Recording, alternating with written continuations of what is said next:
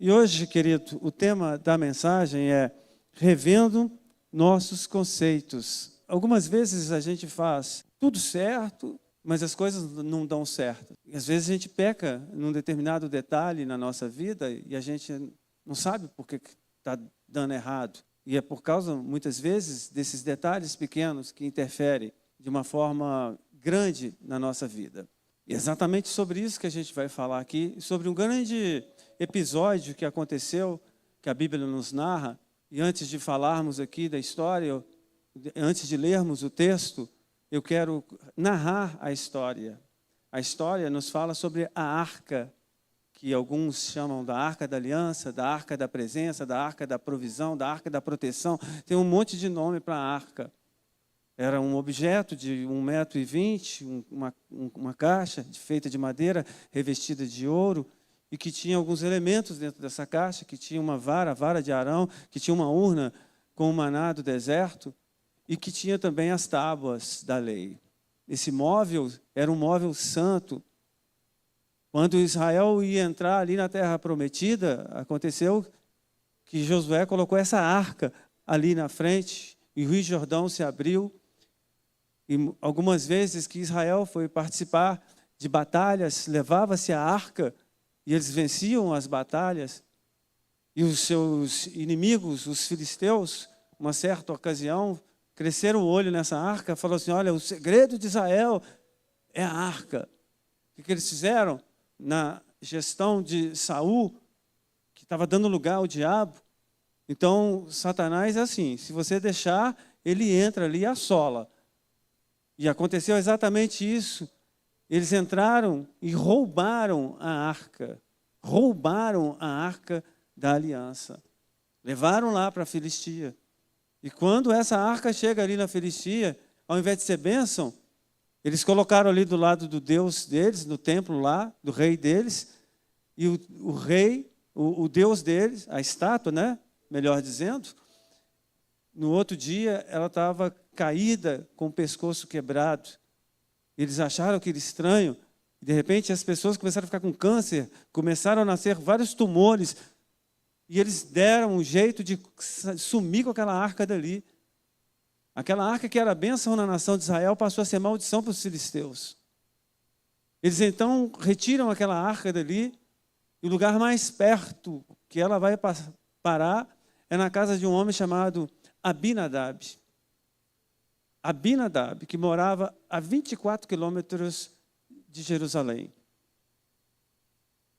Saul morreu, Davi entrou no lugar dele, e uma das primeiras ações da gestão de Davi foi, aonde está a arca?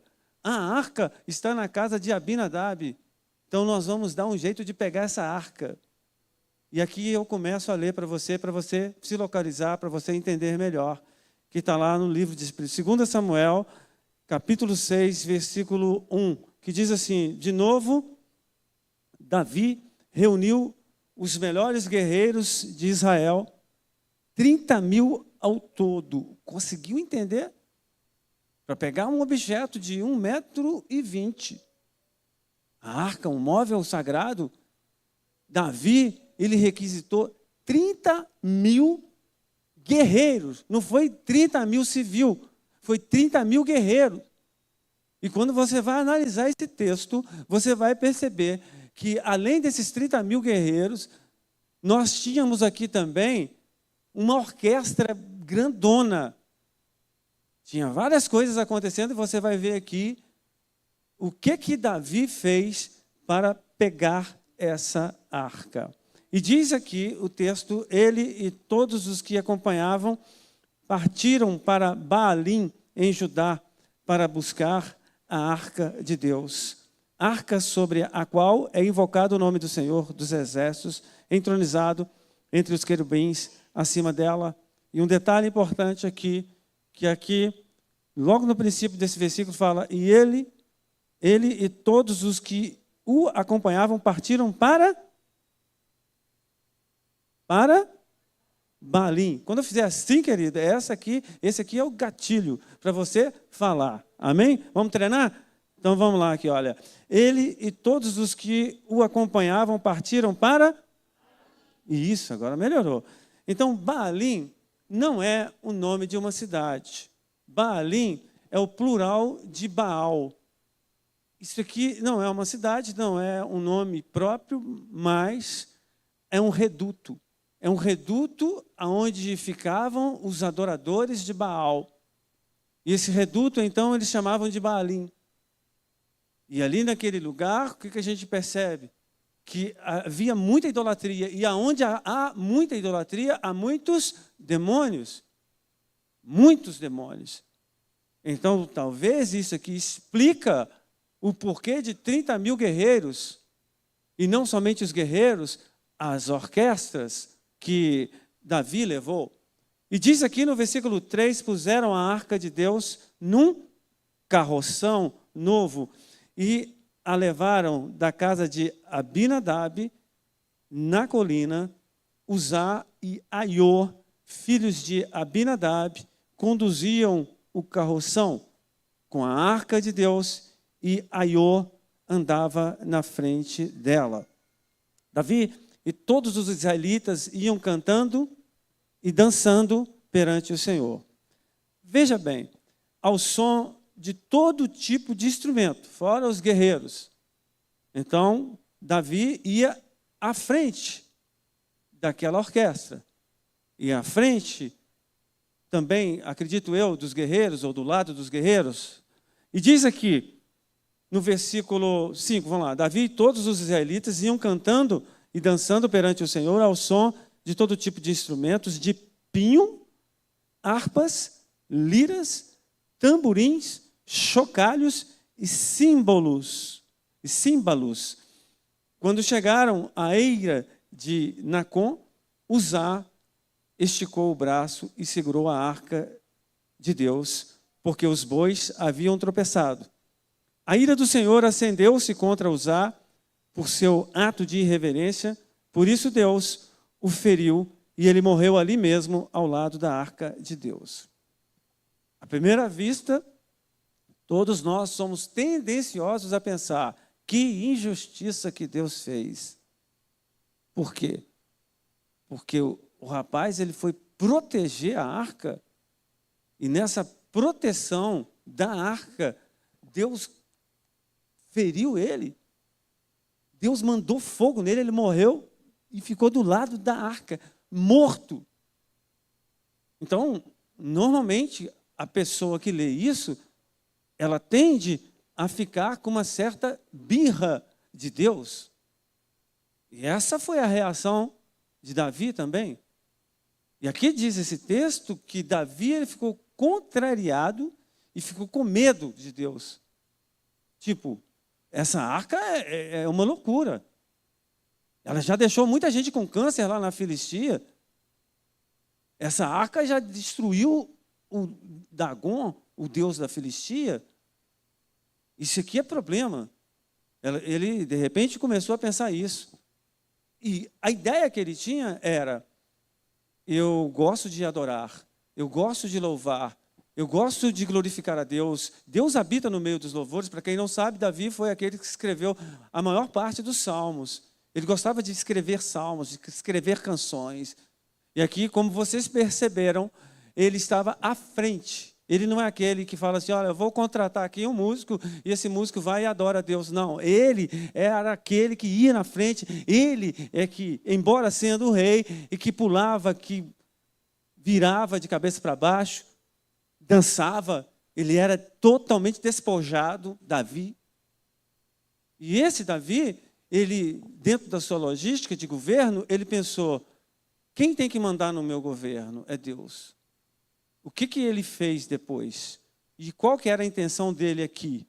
Eu vou levar essa arca para ficar bem perto de mim e eu vou criar turnos. Quando você lê lá 2 Crônicas, capítulo 24, você vai entender sobre isso, que ele fez turnos. Ele fazia ali uma torre de oração, que era ininterrupto, a adoração que Davi fez.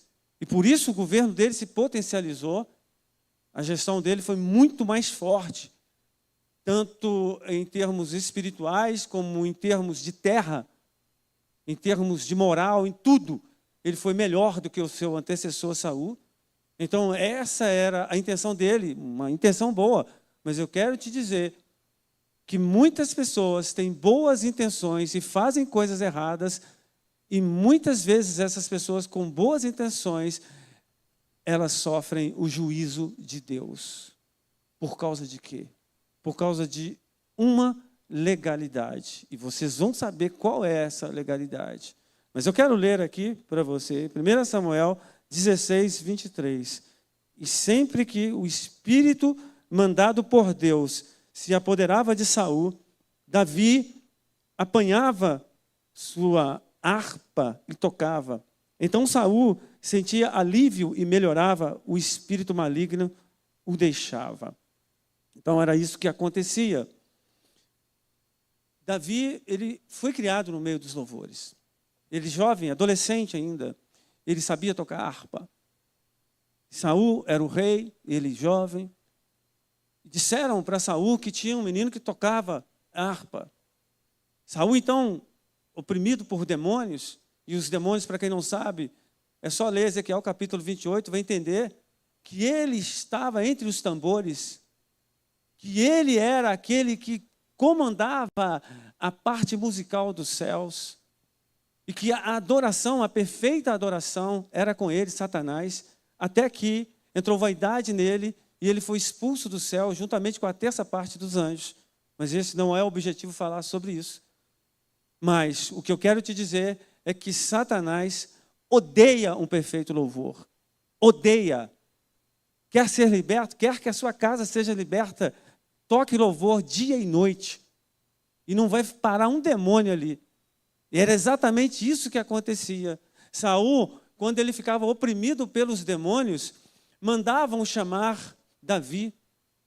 E os demônios saíam. Até que Saul falou assim, eu estou gostando de você, menino. Então eu vou te contratar. E Davi, então, passou a trabalhar para Saul. Foi isso que aconteceu. E ele cresceu assim. Ele cresceu com esse espírito de submissão ao próprio rei Saul, que fazia muitas coisas erradas. E ele considerava Saul ungido do Senhor. E Davi cresceu, recebeu uma palavra profética que um dia ele haveria de ser rei sobre Israel. Essa palavra um dia se cumpriu.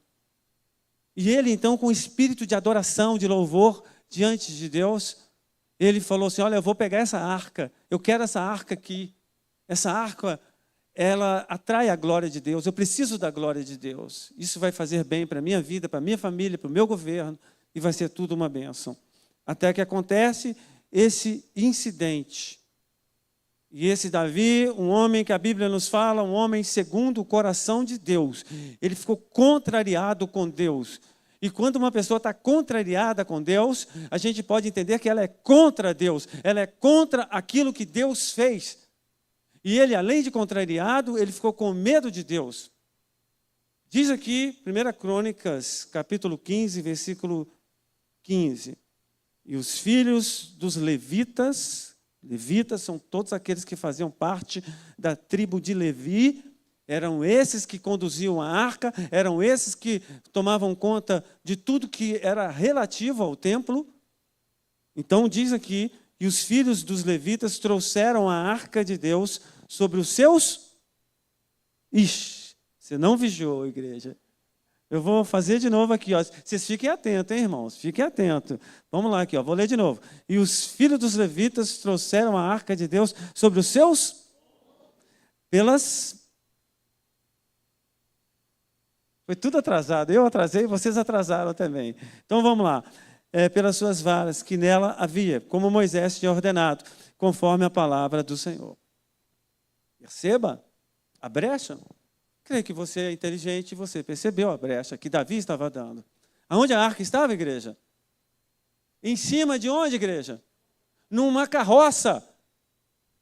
A arca, Davi colocou 30 mil homens, colocou uma orquestra, mas ele colocou a arca em cima de uma carroça. Mas não foi isso que estava escrito. A arca não podia andar em cima de uma carroça. Por que Uzá morreu? Porque a carroça passou em cima da pedra, a carroça bambeou e a arca então titubeou. E era exatamente por isso que Moisés escreveu, não coloca a arca em cima de uma carroça. Essa arca era precisa andar com 4 pessoas, com um varal, 2 aqui e 2 aqui, segurando aqui e aqui. É assim que anda com a arca, é assim que transporta a arca. Quando vem o juízo, as pessoas ficam com raiva de Deus. Mas Deus já havia escrito, Deus já havia falado, e ali nós estamos falando de Aiô e de Uzá, que eram filhos de Abinadab, levitas que sabiam muito bem disso.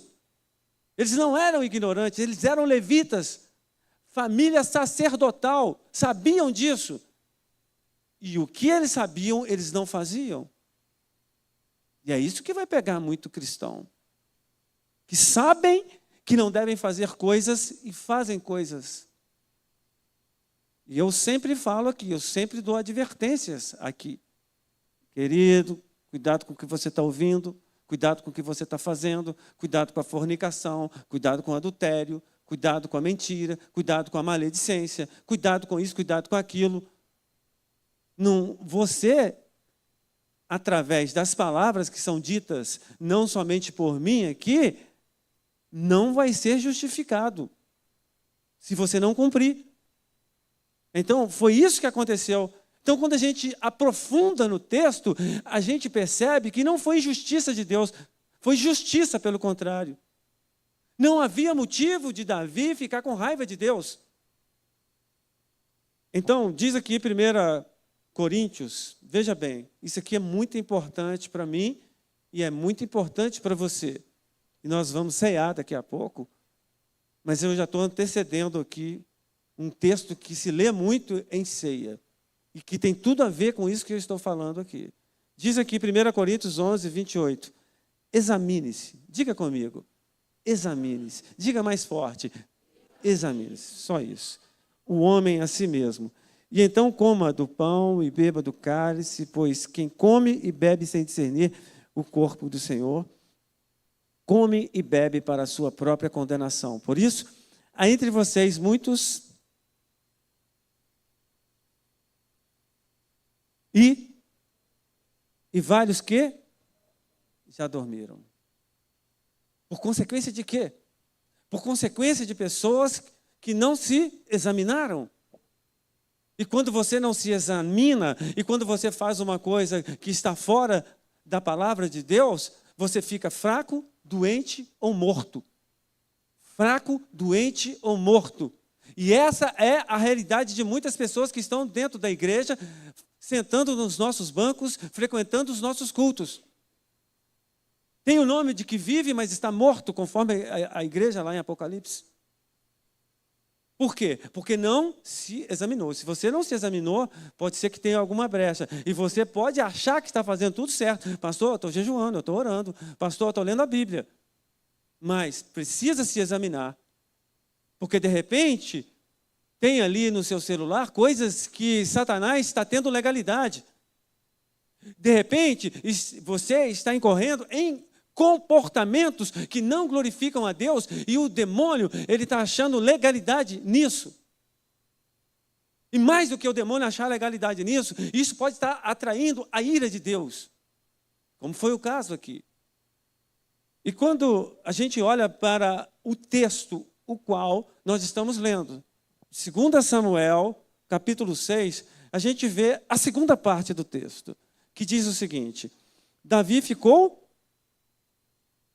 contrariado, porque o Senhor, em sua ira, havia fulminado, uma palavra dura assim, ó, fulminado, Uzá. Até hoje, aquele lugar é chamado de Pérez Uzá. Naquele dia, Davi teve medo do Senhor e se perguntou: como vou conseguir levar a arca do Senhor? Preste atenção num detalhe. Ele não perguntou para Deus. Ele perguntou para ele, porque ele estava com medo de Deus, e ele estava com raivinha de Deus. Então, ao invés de ele orar, como ele era um homem de adoração, de louvor e de oração, não. Ele agora começou a pensar entre os seus botões. E ele falou assim: como que eu vou levar? Se ele tivesse perguntado para Deus, o processo seria muito rápido. Ele não precisava esperar tanto tempo como ele esperou. Mas ele estava fugindo de Deus, como alguns de nós fugimos de Deus. Nós temos medo de Deus, nós temos raiva de Deus algumas vezes, nós não queremos papo com Deus, ou nós achamos que Deus está com raiva da gente, e por isso a gente não conversa com Deus, a gente não tem comunhão com Deus. Querido, Deus não está com raiva de você. É importante que você saiba que Deus ama você, Deus ama a gente. Deus corrige a todo aquele que Ele ama. E é importante que a gente entenda isso, que a gente não pode se afastar de Deus, fugir de Deus. O processo fica pior. Se você afasta de Deus, fica muito pior. Então é melhor você, mesmo triste, você chega para Deus, fala: Deus, olha, eu fiquei com raiva do Senhor. Deus, eu fiquei contrariado contigo. Deus, eu não gostei, mas fala com Ele. Fala com Ele, se abra para Ele. Mas fala com Ele: olha, eu quero que o Senhor me dê uma solução. Como eu faço isso? Era o que Davi tinha que fazer e ele não fez. Mas isso conforta o nosso coração, porque um homem que foi intitulado como um homem segundo o coração de Deus, ele fez o que fez, então significa que eu tenho margem para errar e Deus vai me perdoar também. Então você não precisa esquentar a cabeça. Ou seja, isso não incita você a pecar. Mas se você pecar, você pode ter certeza que a misericórdia de Deus, ela alcança a sua vida como alcançou a vida de Davi. Então, aqui nesse texto nos fala, olha aqui, naquele dia Davi teve medo do Senhor e se perguntou: como vou conseguir levar a arca do Senhor? Por isso, ele desistiu de levar a arca do Senhor. Vou ler de novo. Por isso, ele desistiu de levar a arca do Senhor para a cidade de Davi, que é o mesmo termo que se usa para Jerusalém ou Sião. Algumas vezes eles usam lá Sião, que era um monte, depois se tornou ali uma nomenclatura também para a cidade de Jerusalém. Então, Sião, cidade de Davi, Jerusalém, tudo a mesma coisa, tá bom? E aqui diz aqui, ó, em vez disso, levou-a para a casa de Obed-edom de Gate. A arca do Senhor ficou na casa dele, de Obed-edom, por 3 meses, e o Senhor o abençoou e a toda a sua família. Agora preste atenção numa história. Davi ficou com medo de Deus. Isso significa o quê? Essa arca, ela vai matar todo mundo. Essa arca já colocou doença. Essa arca já fez um tanto de coisa. Essa arca ficou 20 anos lá na casa de Abinadab. Ela não resolveu nada. Então, Satanás, eu creio, aproveitou dessa situação e começou a soprar um tanto de coisa. E a casa mais próxima que tinha ali, eles deram um jeito e levaram ela para a casa de Obed-edom. Tipo, vamos jogar essa praga lá para a casa de Obed-edom. É ele que se vira lá. E Obed-edom, aquilo que poderia ser uma maldição, ele entendeu como uma oportunidade. Uma oportunidade, opa! Então, a perspectiva com a qual você olha as coisas vai determinar aquilo que Deus vai te honrar. Ou seja, se você olha aquilo ali com uma perspectiva ruim, o que vai acontecer? Vai acontecer uma coisa ruim. Se você olha aquilo com uma perspectiva morna, não vai acontecer nada. Como, de fato, a arca ficou 20 anos na casa de Abinadab e não aconteceu absolutamente nada. Se você olha para um culto desse e fala assim, olha, esse é o culto da minha vida, Deus vai usar esse pastor aí, Deus vai usar esse ministro de louvor, esse louvor, e eu vou sair daqui revigorado. Você vai sair daqui revigorado. Mas se você pensa assim, olha, vai ser um culto como outros cultos, e isso não vai acontecer nada, e eu vou voltar da mesma forma para a minha casa, você vai voltar da mesma forma para a sua casa? É de acordo com a sua perspectiva, as bênçãos de Deus sobre a sua vida. E a perspectiva de Obed-edom, e quando você analisa a vida de Obed-edom, você vai perceber que ele cresceu, a trilha de crescimento dele foi enorme. Porque a perspectiva dele era enorme. Então, quando a gente percebe aqui, Obed-edom deu glória. E eu fico imaginando aquelas pessoas, os familiares, os vizinhos de Obed-edom, os parentes, os amigos de Obed-edom. Obed, você vai deixar essa arca entrar aqui? E se sua criança esbarrar, ela vai morrer? E Obed falava assim, não vai morrer, ela vai ser abençoada. Vai cair a glória em cima dela. Mas Uzá morreu, mas ela não vai morrer, ela vai viver. Ah, mas não aconteceu lá na casa de Abinadab, mas aqui vai acontecer. Aqui vai acontecer milagres, sinais, prodígios e maravilha, porque a minha perspectiva é essa. Então, era este o discurso que eu entendo que Obed-Edom tinha. Ele era uma pessoa para cima, ele era uma pessoa positiva. E Davi e a sua equipe, os seus 30.000 guerreiros, os seus músicos, todos voltaram de cabeça baixa lá para Jerusalém. E lá em Jerusalém, ele ficou triste, emborrado, até que um dia alguém chega para ele e diz: Davi, sabe o que está acontecendo na casa de Obed-Edom? A glória de Deus está manifestando lá.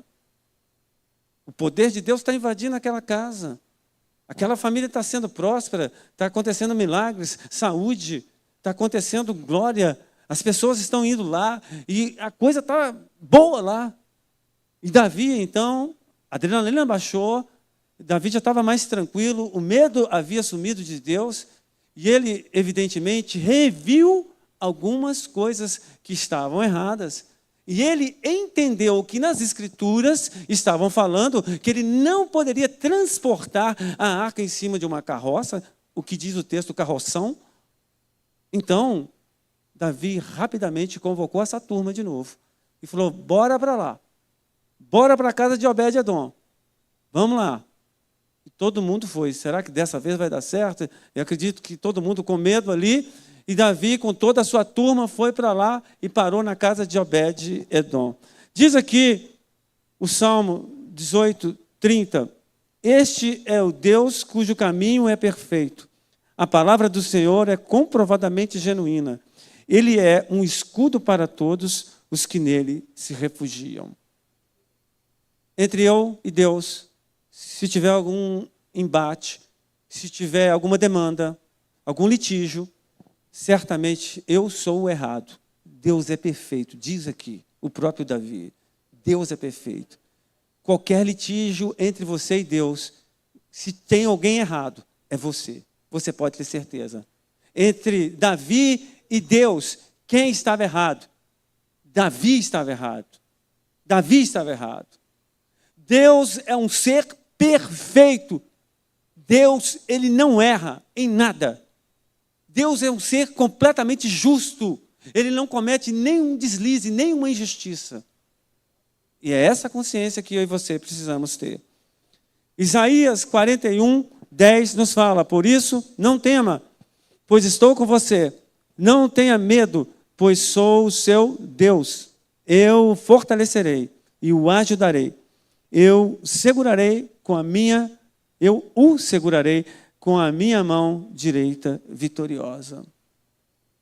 Então, Deus, além de ser perfeito, Ele está com você, Ele sabe das suas fraquezas, Ele sabe das suas limitações. E se você hoje se encontra assim dessa forma, você que está aqui presencialmente, você que está aí na internet, você pode ter certeza que o amor de Deus é sobre a sua vida. Deus jamais vai te abandonar, querido.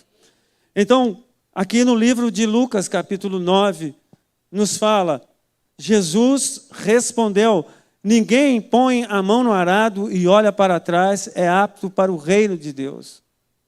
O que Davi estava fazendo? Davi tinha um propósito de Deus. Hoje pela manhã eu conversava com alguém sobre isso. Como Deus fala com a gente? Deus fala literalmente? Nós ouvimos audivelmente a sua voz? Eu escutei a voz de Deus uma única vez na minha vida. Uma única vez, audivelmente.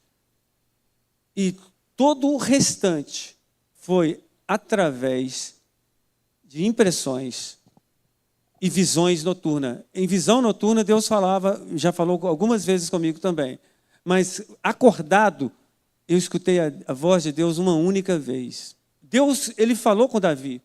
Como Deus falou com Davi? Não sei, mas Deus falou com Davi. E Davi, ele sentiu isso: eu vou trazer a arca para cá. Mas em algum momento aconteceu alguma dificuldade e Davi desistiu de levar a arca. E o que eu quero falar para você é que muitos planos de Deus na nossa vida nós estamos deixando de fazer, deixamos de executar. Você e eu não podemos deixar de executar um plano que Deus colocou no nosso coração. Ah, eu vou fazer um curso, aí você não faz o curso. Eu vou estudar essa língua. Aí você começa a estudar e não termina. Eu vou ler esse livro. Você lê 10 páginas, depois não quer saber mais do livro. Aí eu começo a congregar na igreja. Aconteceu alguma coisa lá, o irmão não me cumprimentou. Aí você sai da igreja. E aqui eu li um texto para você, que Deus não se compraz naquele que retrocede. Se Ele colocou algo no seu coração para fazer, querido, vai, mas vai com uma consciência. Você vai ter espinho, você vai ter buraco, você vai ter dificuldade, você vai ter pessoa chata, você vai ter um monte de coisa errada, mas segura o pé e vai em frente. Vai ter aquele dia mau, vai ter aquele dia que você não quer ir, você quer desistir. Mas, querido, se você crê, o justo, a Bíblia nos fala, viverá pela fé. O justo viverá pela fé. Pastor, você não sabe que mulher que eu tenho. Essa mulher é terrível. Eu vou acabar com o meu casamento. Muitas pessoas estão pensando assim. Querido, lembra do dia que você casou? No dia que você começou a namorar a sua mulher ou seu marido? Que você jurou ali amor eterno sobre essa pessoa? Então, você não pode desistir disso. Você não pode desistir do propósito de Deus na sua vida. Você e eu não podemos desistir daquilo que Deus colocou no nosso coração. Por isso, o tema dessa pregação é revendo os nossos conceitos. Nós precisamos rever, e se por acaso você retrocedeu em uma coisa que você não poderia retroceder, querido, um momento é hoje para você chegar e falar: Deus, eu realmente errei. O que eu devo fazer? O que eu devo fazer? E diz aqui, a terceira parte desse texto, diz o seguinte: e disseram ao rei Davi, versículo 12, o Senhor tem abençoado a família de Obed-Edom e tudo o que ele possui, por causa da arca de Deus. Então Davi, com grande festa, foi à casa de Obed-Edom e ordenou que levassem a arca de Deus para a cidade de Davi. Quando os que carregavam a arca do Senhor davam 6 passos, aqui está o segredo. Aqui, ó. Quando os que carregavam a arca do Senhor davam 6 passos, eles sacrificavam um boi e um novilho gordo. Davi, ele era muito intenso naquilo que ele fazia. Não precisava disso tudo aqui, irmão. Quando você vai pesquisar a Bíblia, as Escrituras, não fala que ele tinha que fazer isso. O sacrifício era algo divino e tal. Não fala. Fala que ele tinha que colocar os varais. Fala que ele tinha que carregar a arca, sim, entre os varais. Mas, em nenhum texto fala que ele tinha que, pelo menos eu não vi isso, que ele tinha que sacrificar a cada 6 passos. Mas ele fez isso. Porque ele falou assim: olha, se eu errei, se uma vida foi sacrificada por um erro meu, o que eu quero fazer agora é intensamente corrigir esse erro. Eu não sei quantos quilômetros ele andou a mais, porque da casa de Obed-Edom até ao local onde ele ia, era 24 quilômetros. Só que ele já tinha andado um percurso. Eu não sei quanto tempo ele já havia andado, quando a arca escorregou da carroça. Então, agora, na casa de Obed-Edom, até a cidade de Davi, a Bíblia não fala quanto tempo é. Mas imagina quanto tempo ele gastou. Se fosse 1 quilômetro que estivesse faltando, a cada 6 passos um sacrifício. Não tinha miséria com Davi. E ele então arregimentou ali um grande número de pessoas para conduzir essa arca e da maneira correta.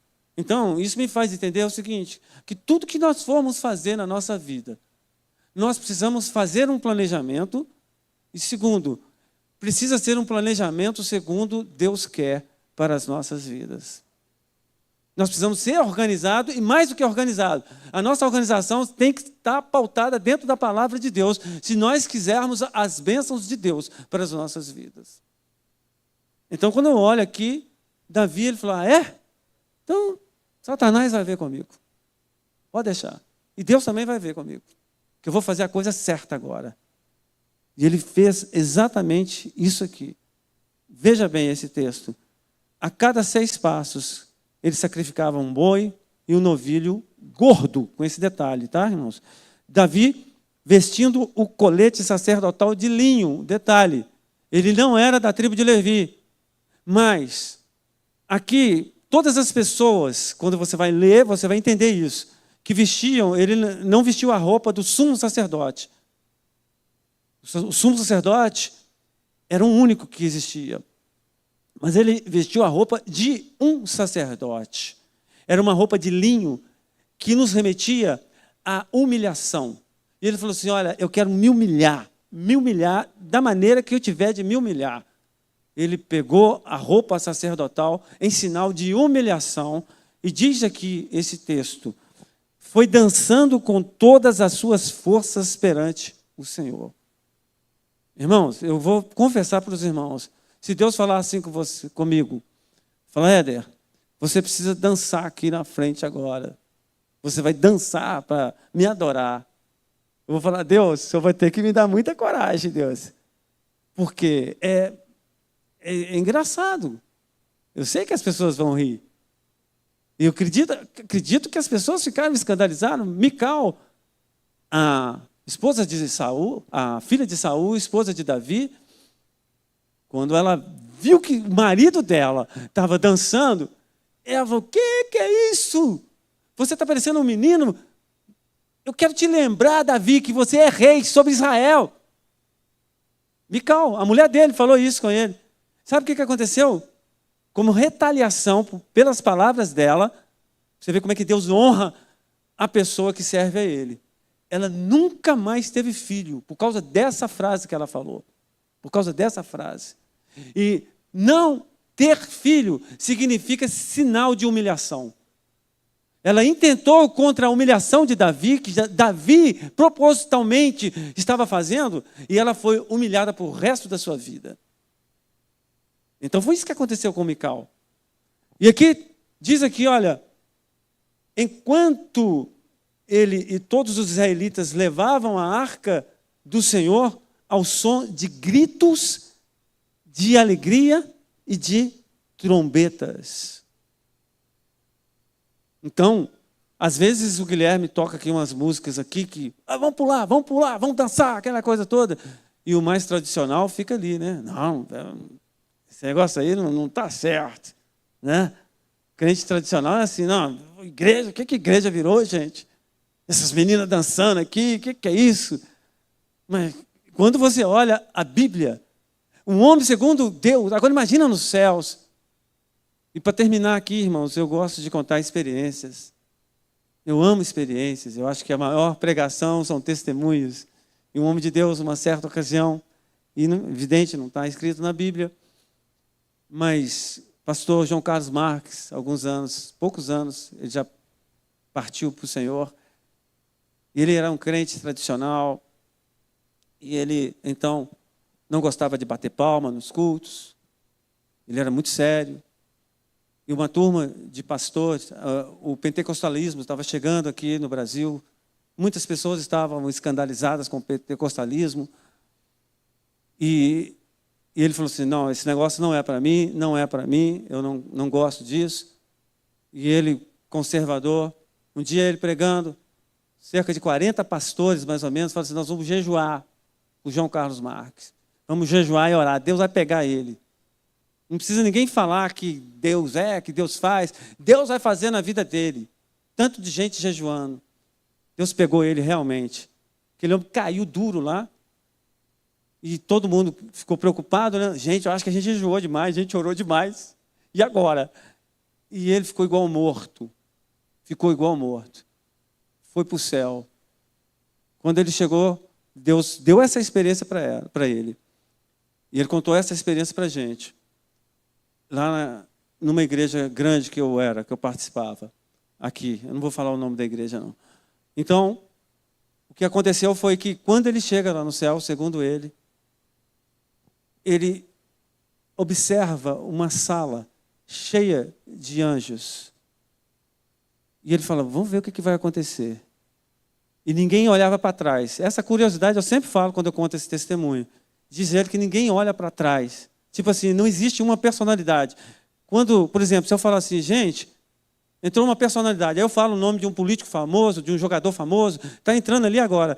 A tendência sua é olhar para trás. Lá no céu não existe isso. Por quê? Porque existe uma única celebridade, que é a pessoa de Jesus Cristo. Aí diz ele que quando Jesus entrou, foi uma salva de palmas que eles deram para Jesus.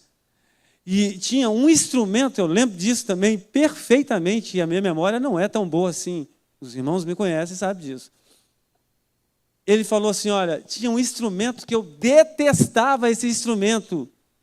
E foi o instrumento que mais me marcou lá nesse dia. Tamborim, tipo esse instrumento de pagode aí, como é que ele chama ele? Pandeiro. Ele falou pandeiro. Estava cheio de pandeiro nessa reunião. E eles fizeram um barulhão. E aí a minha tradição caiu por terra naquele dia, naquele momento. E ele se tornou uma das pessoas mais avivadas que eu já conheci até hoje. Nunca vi uma pessoa igual ele, que falava a língua e interpretava a língua como aquele homem. Então, você que é tradicional aí, cuidado, hein? Você que não crê em nada disso aí, querido, ó, cuidado que Deus vai te pegar, hein?